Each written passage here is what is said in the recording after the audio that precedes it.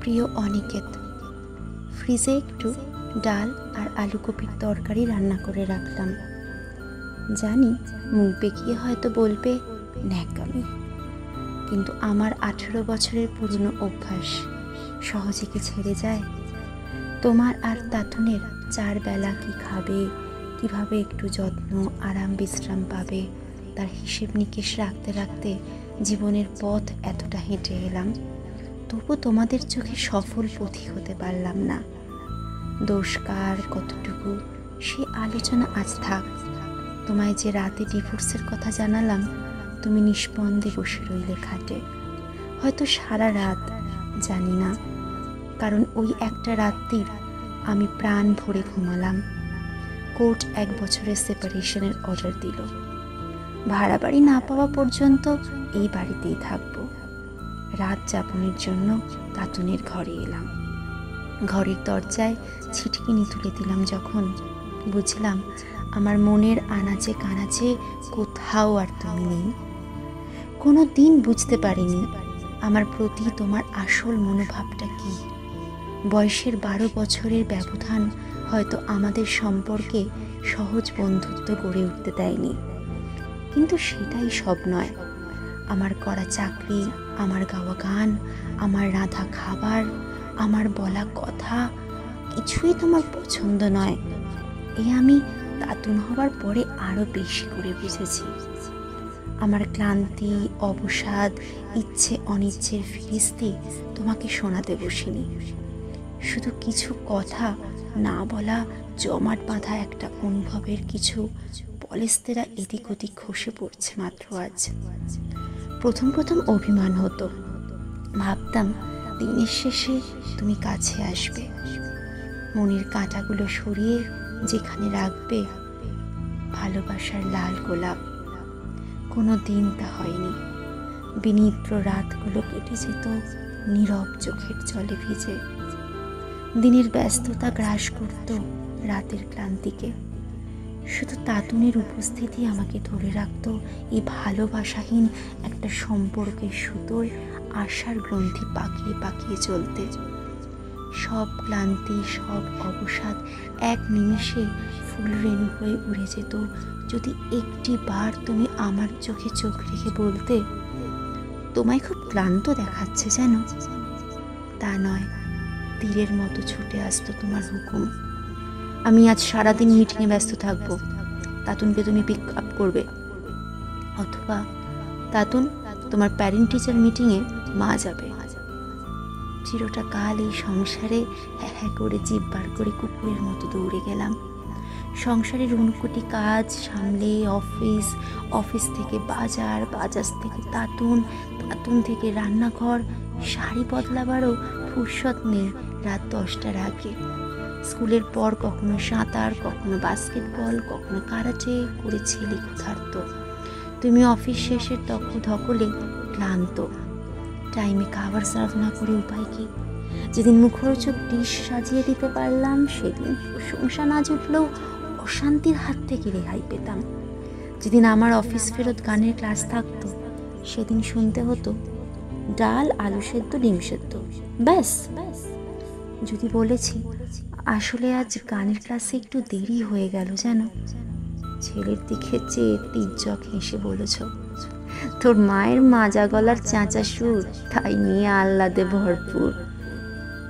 তর্কে বিতর্কে যাওয়া মানে কদর্য চিৎকার, চেঁচামেচি, তাতুনের পড়াশোনার 12টা।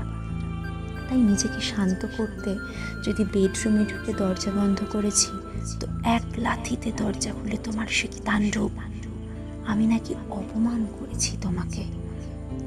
এই কথাটা অবশ্য আমার শাশুড়িও বলে থাকেন, আমি নাকি অহংকারী, আর তাই আমার অহংকারের তেজ ভাঙতে উনি ছিলেন বদ্ধপরিকর।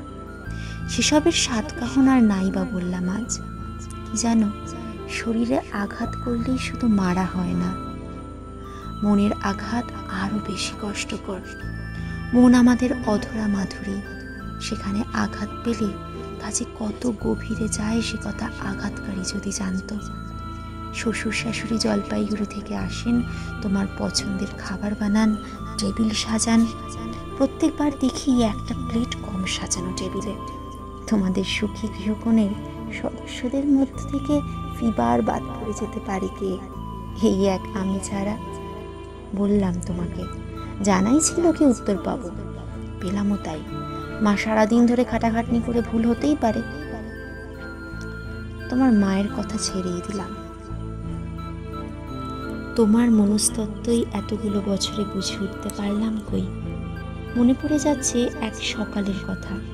বন্ধুরা বাচ্চারা মিলে পিকনিকে বেরিয়েছি সবাই। তুমি ফাঁকা রাস্তায় যথারীতি দিক বেদিক ভুলে হাই স্পিড তুললে, সাথে বাচ্চারা আছে।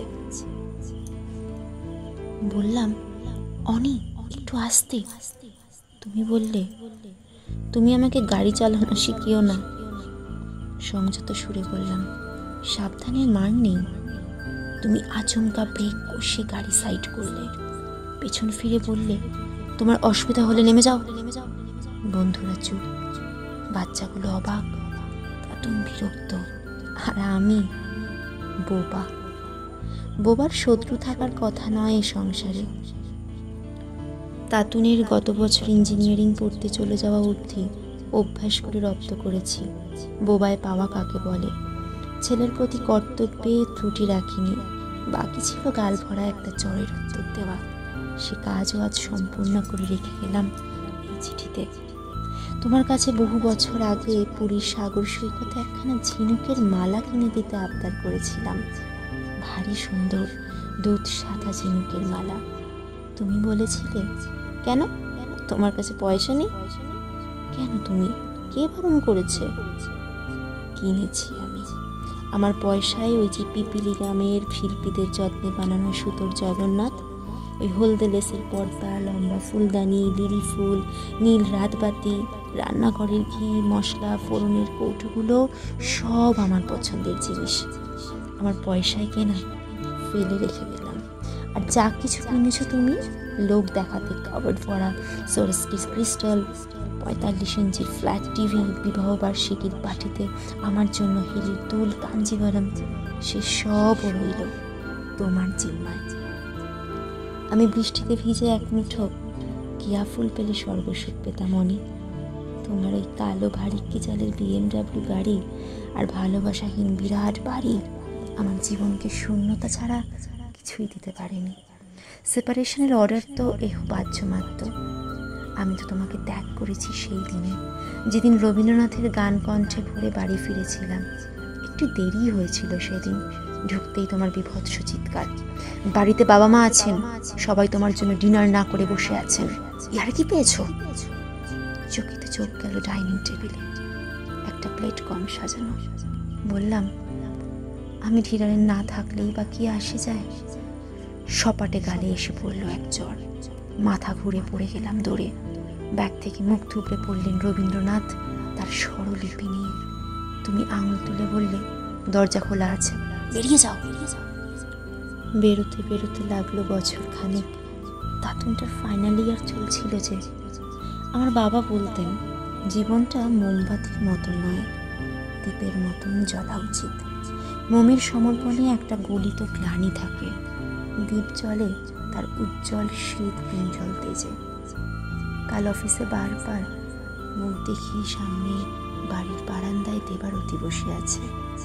চুলহীন ন্যাড়া মাথা, চোখে কালি, কেমোথেরাপি ঝাঁঝরায় কি দুর্বলই না দেখাচ্ছে, অথচ দৃষ্টিতে কি এক তীব্রতা। এক দৃষ্টি দেখছে ওর বারান্দায় রাখা টকটকে লাল কার্নেশিয়ান ফুলগুলোকে। অভিজিৎ তা পরম যত্নে ঝাঁঝারির জল দিচ্ছে গাছটাকে। দেবারতীর ঠোঁটের কোণে আবছা কেমন হাসি, মেঘের কোলে রোদের মতন। বুঝলাম, জীবন মৃত্যুর চেয়ে অনেক বড়, কারণ জীবন আশার আর এক নাম। আমি চলে যাচ্ছি অনেক, সেই আশারই খুঁজে যাচ্ছি আরও একবার। জীবনের বিকেলে ভোরের ফুল খুঁজে নিতে, জীবন পথের বাকিটা হেঁটে সফল পথিক হতে। শুভেচ্ছা রইল। ইতি দেবযানী।